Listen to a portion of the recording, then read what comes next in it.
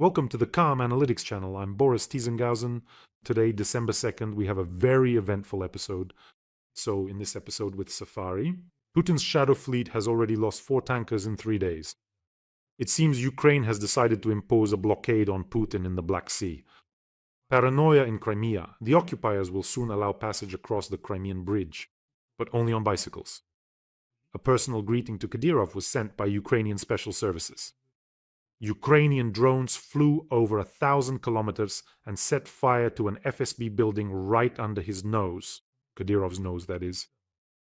And now, for some cosmic thievery, a Russian cosmonaut was publicly disgraced and kicked out of Elon Musk's mission for stealing secret blueprints. Maduro missed Trump's ultimatums, so now the only way out is feet first. And then there are the tales of old man Kabaev, like how Putin talks about moving upwards, while Gazprom and the entire Russian economy are plunging into the abyss. All this and more. Today's episode is packed with a lot of interesting things. If you're new to the channel, welcome. Be sure to subscribe so you don't miss future episodes. And let's start with a short news item before we get to the main story, the hunt for Putin's fleet. A quick news update. In Chechnya, unknown drones attacked an FSB building. On the night of December 2nd last night, the FSB office in the Achkoy-Martin district was attacked. Local residents, by the way, reported that the building burned down after the attack. Well, let's take a look at how it happened.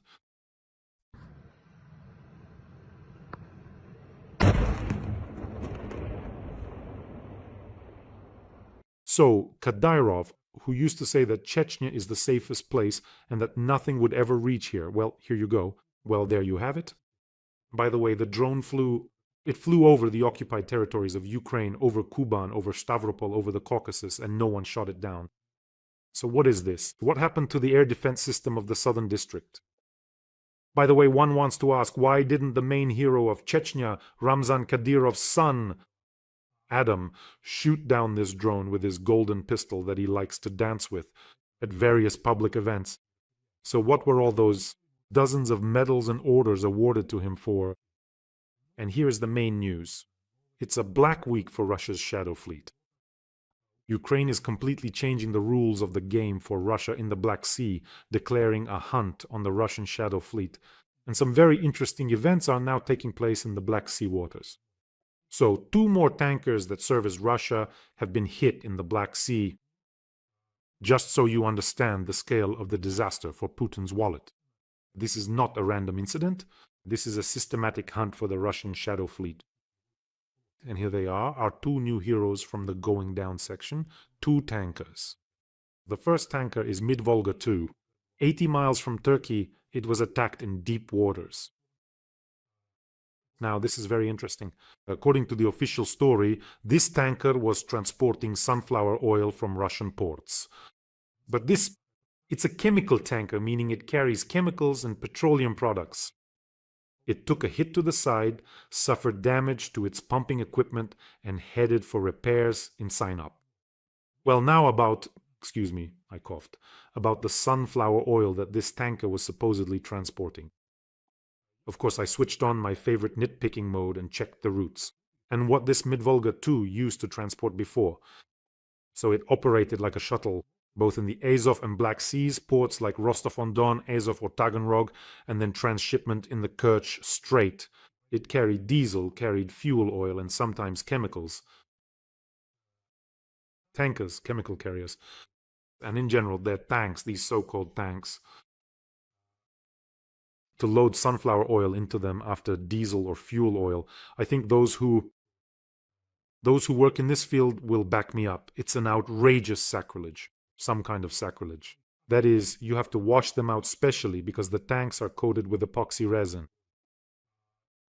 You need to rinse them, use special chemicals, have a lab check for cleanliness, and get a certificate. In short, it's a completely crazy and insanely expensive process just to suddenly start transporting sunflower oil. Economic idiocy. No one in their right mind would do that. No one would use a dirty oil tanker, clean it out, and then load oil back in again, and so on. Most likely, it wasn't actually sunflower oil, or it was only sunflower oil on paper.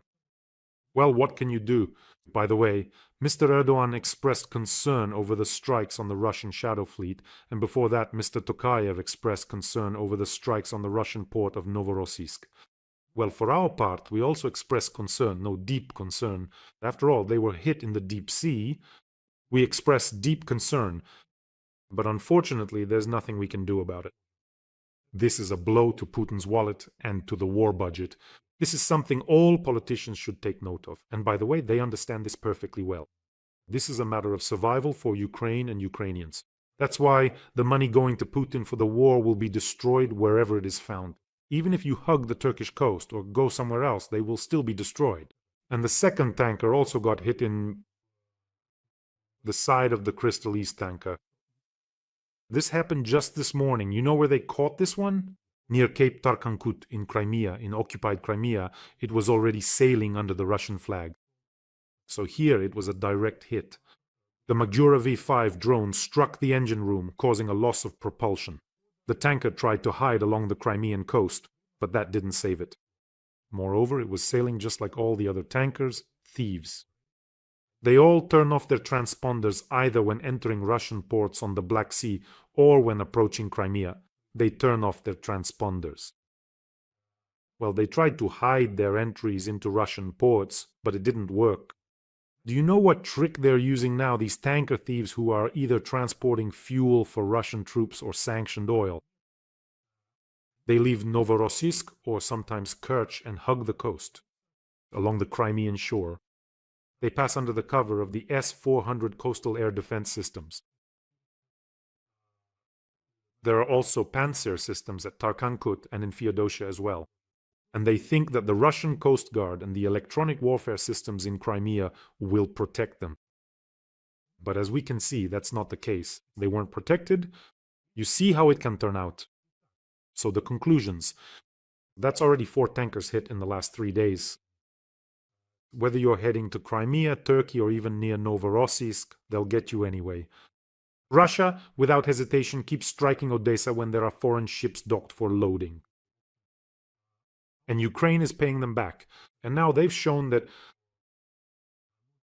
the game doesn't have to be one-sided. 3 main conclusions. This is probably the most important thing. That's why today's episode is longer. I spent a lot of time preparing. And on this topic, there will be more in future episodes. So, first of all, the first conclusion, an insurance collapse for anyone entering Russian ports on the Black Sea. Until today, the owners of the Shadow Fleet, Greek, Chinese, and Arab shell companies, only factored in the risk of sanctions into their prices. Now they have to factor in the risk of physical destruction, or lengthy and expensive repairs. After 4 tankers have been hit, the cost of insurance for entering Russian ports will skyrocket, not by a few percent, but by several times. Well, for Russian oil, this is a catastrophe. In one of the previous episodes, I mentioned that even now, the Russian oil-grade Urals is already being sold at a significant discount. If delivery costs go up by even $5 to $10 more, Russia's profit won't just approach zero, it will actually become negative. Putin will be selling oil not to make a profit, but simply to avoid having to shut down the wells. The second important point, and this is already happening, as they say there's already talk on the market, is a mutiny. These so-called grey captains, the owners of these rusty tubs sailing under the flags of Gabon, Panama, or whoever else provides them with flags, they are not patriots of Russia. As you can imagine, they couldn't care less about Russia's greatness or the so-called special military operation. They just want money, that's all. When they see that a tanker worth between $30 and $50 million can turn into a submarine, literally in just a few minutes they say, stop, wait a second. Believe me, after these strikes, and maybe even after the next ones, we'll see a mass refusal. Ship owners will refuse to enter Novorossiysk. They will either demand some insane risk premiums from Russia or military escorts. And here we come to the most interesting, the third point. Who will provide the escort? And where is the Black Sea Fleet? Who will protect these tankers? The Black Sea Fleet has fled from Crimea. They are hiding right there in Novorossiysk. Now, when they launch Caliber missiles at Ukraine, they don't even leave the bay. They're afraid. But as the night of December 1st showed, they were hit even there in the port. In short, Russia physically doesn't have the ships or the fleet to assign to every tanker. This is checkmate for the Russian Federation's maritime logistics in the Black Sea. And a big hello to Botox and Medusa. By the way, friends, let me remind you, we're raising funds for night drones to send to the Kremlin. Mavic plus Avenger, and for the 32nd Separate Steel Mechanized Brigade, which is fighting in the Pokrovsky direction. And here is a message from the battery commander. The soldiers of the 32nd Separate Steel Mechanized Brigade recorded this message. Well, as for the commander, as you've already seen, he's a very complex person, and after this video, you'll hear his story. Please take a look. Бажаємо здоров'я! Я командир батареї американських систем М109 Паладин 32-ї окремої механізованої сталевої бригади, яка зараз знаходиться на Покровському напрямку. Ми разом із глядачами каналу Бориса Тізенгаузена збираємо на комплекси Mavic 3T та Mavic 3 Pro та антени з репітерами до них. Ми дуже дякуємо глядачам каналу, які допомагають нам та не забувають, що війна триває. Дякуємо вам. Слава Україні! Героям слава! Let's help our artillerymen, our warriors, both men and women. And now the story of this remarkable commander. Her name is Anastasia, she is 23 years old and a captain in the armed forces of Ukraine. In February 2023, she joined the 32nd Brigade as a senior officer of the 2 S1 self-propelled artillery battery. Since 2024, she has been the battery commander. At first, she worked with the 85mm D44 gun, and then the 152mm D20 howitzer, and starting from January 2025, she became the commander of a Paladin battery. She commands 72 people, 6 guns, 6 combat crews, and an excellent management team that helps destroy the enemy. So friends, let's support these wonderful artillerymen of ours in their fundraising effort. In the description of this video, you'll find the fundraising details. There's Mono, Privat, and PayPal for those who want to help from abroad. And to each of you, as always, I want to say a special thank you for supporting Ukraine, for supporting our defenders. Together we are a great force. Well, if you don't see the details here, there's always a QR code. And also, friends, over the weekend, we delivered 2 Termit ground robotic complexes to the 101st Separate Brigade named after Colonel General Hennady Vorobyov. We closed that fundraiser together with you as well. I don't know how many times I could thank you an infinite number of times. This became possible thanks to you, friends. Look, here they are, these beauties, the Termits. The Termits are multifunctional, so thank you to everyone who helps close fundraisers and supports our defenders. And to our warriors, I wish them strength and, most importantly, that everyone returns alive to their loved ones. Since we're talking about Crimea, how can we not mention our Crimean partisans, with whom we've recently established good contact, and now we have an entire segment dedicated to them. News from the Crimean partisans. So, here's the news section about Crimea from the Crimean partisans. The Crimean partisans aren't just those hiding out in the forest, though there are some like that too. It's a broad movement with a wide network of people across the entire territory of the Crimean Peninsula, where, I should remind you, I was born. And all these people are bringing Ukraine's victory closer.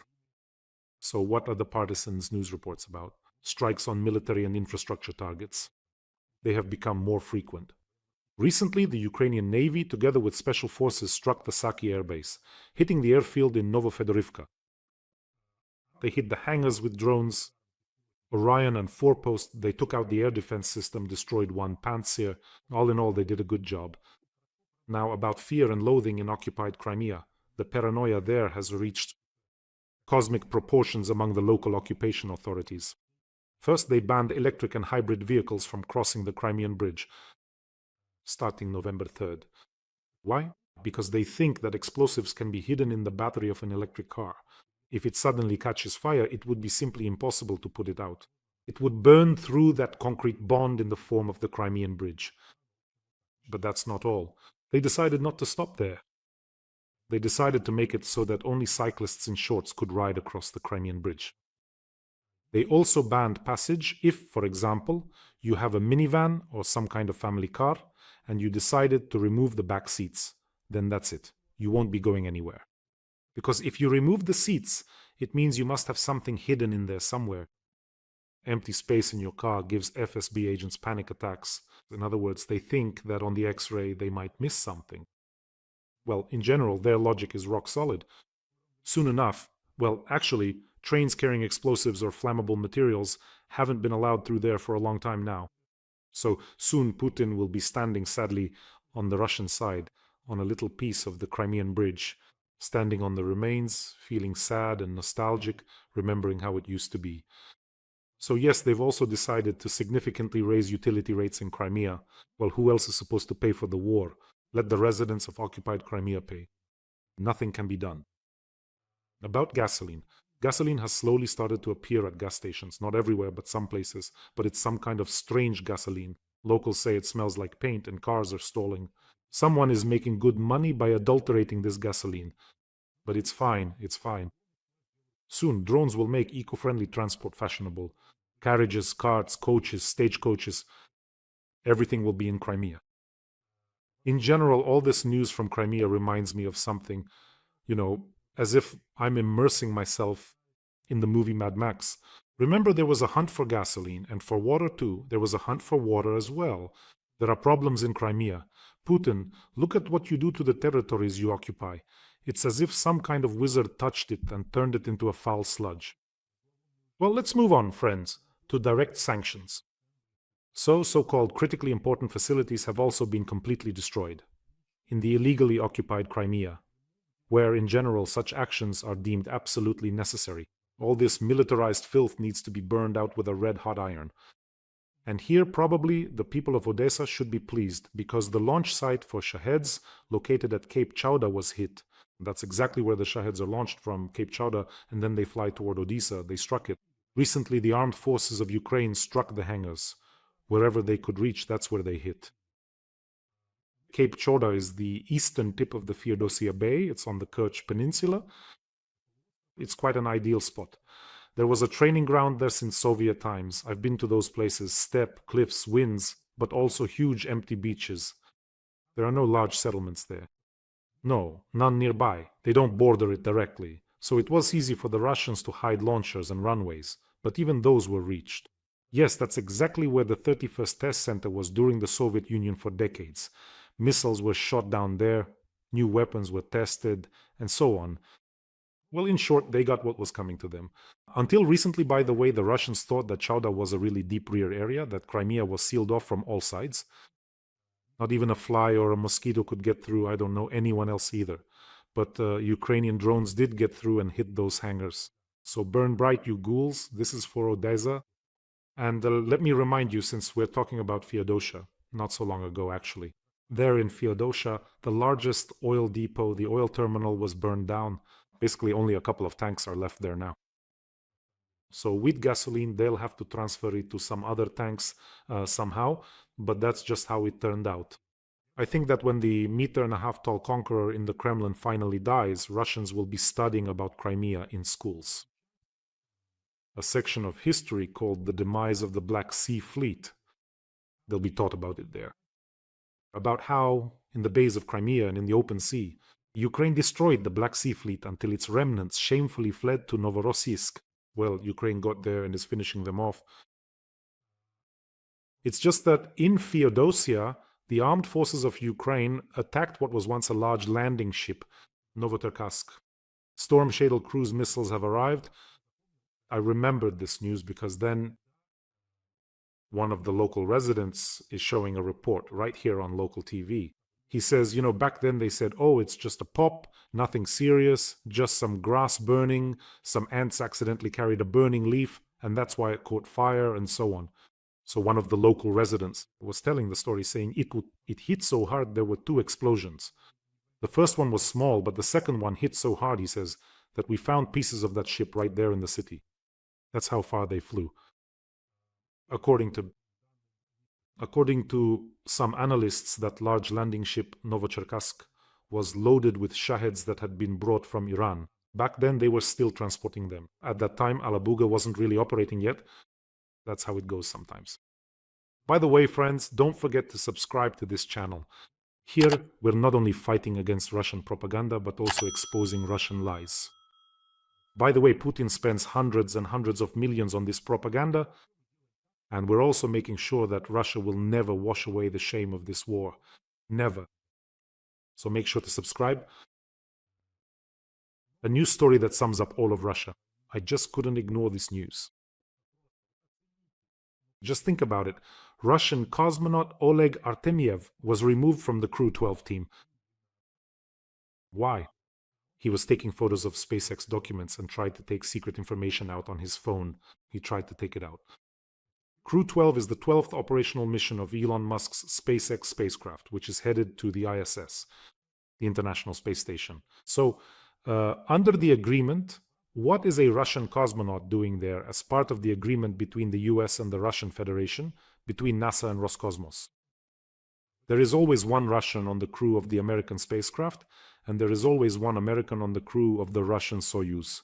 Well, it's done as a precaution. So this Oleg Artemyev was supposed to fly not in the fetal position on the Soyuz, right? But on Elon Musk's spacecraft, comfortably, in soft seats. What did he do? That is, he was recording technical documentation on the docking units, on the control algorithms. For what purpose? Oh, and in general, he was invited there to get acquainted with the simulators, to do some training. There are mock-ups, capsules exist. They show the internal structure of the spacecraft there in California. Exactly. And at that time, he was trying to use his phone there, to photograph those documents.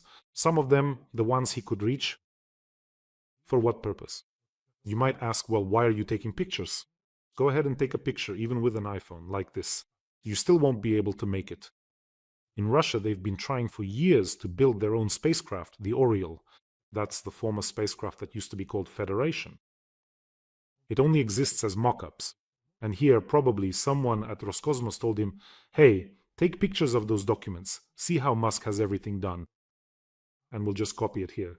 Can you imagine what these mentally challenged people are up to? Sure, even if you photograph all the documentation, of course, no one will give him everything. But it doesn't matter. You can already take apart an iPhone. Go ahead, take it apart.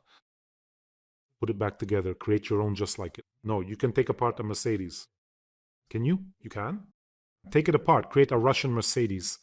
No, you end up with a Moskvich without airbags. That's what you get. They take apart a Mercedes, put it back together, and end up with a Moskvich without airbags. So, in short, they kicked out this so-called cosmonaut, this wannabe spy, in disgrace.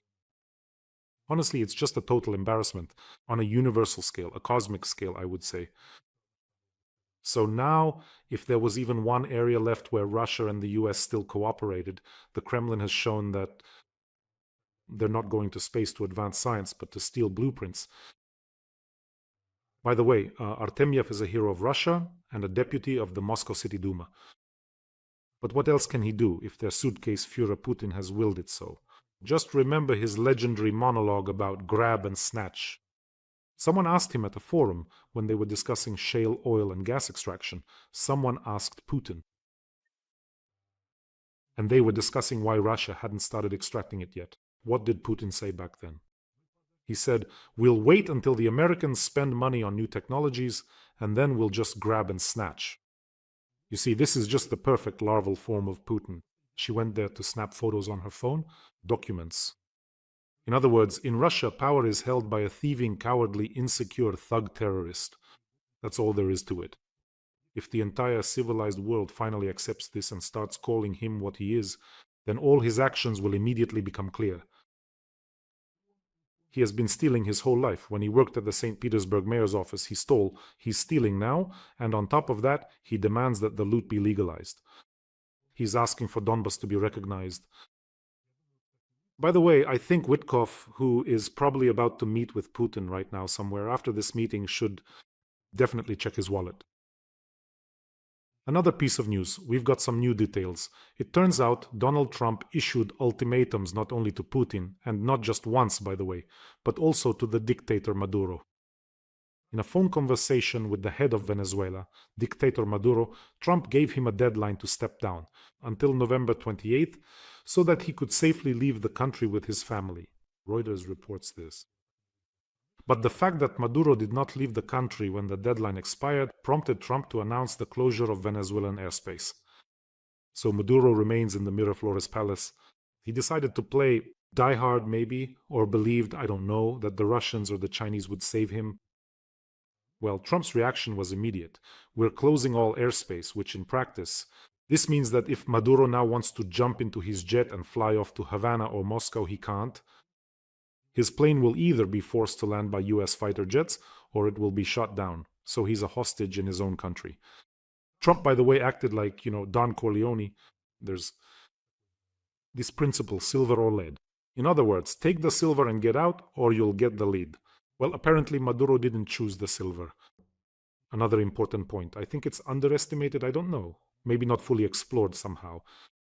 That Maduro is not just a dictator, he's also the protector and the wallet for the drug cartels.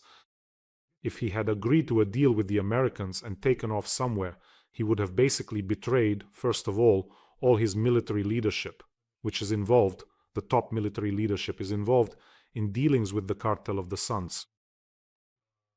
Well, who knows what's going on there? Maduro, in exchange for keeping his assets, would spill the beans, wouldn't he? And then there are also the cartel leaders, so you can't just run away from there anymore.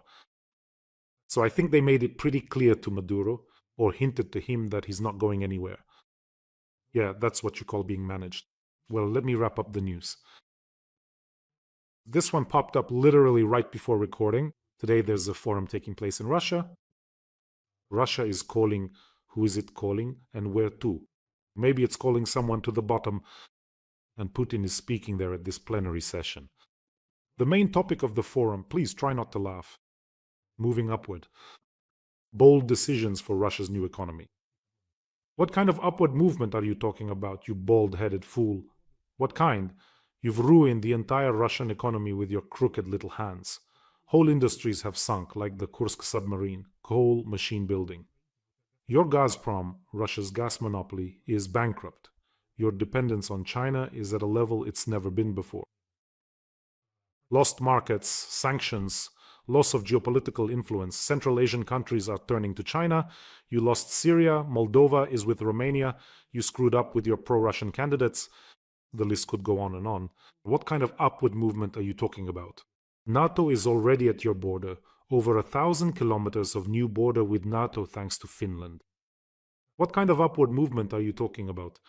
But it will still keep spinning on its heels, puffing out those plump cheeks of his, as if he's got billiard balls stuffed under them, and going on about how Russia is great, how we'll defeat everyone, that no one can touch us. Yeah, if Trump hadn't been saving your muskrat hides, that colossus with feet of clay wouldn't have just wobbled long ago.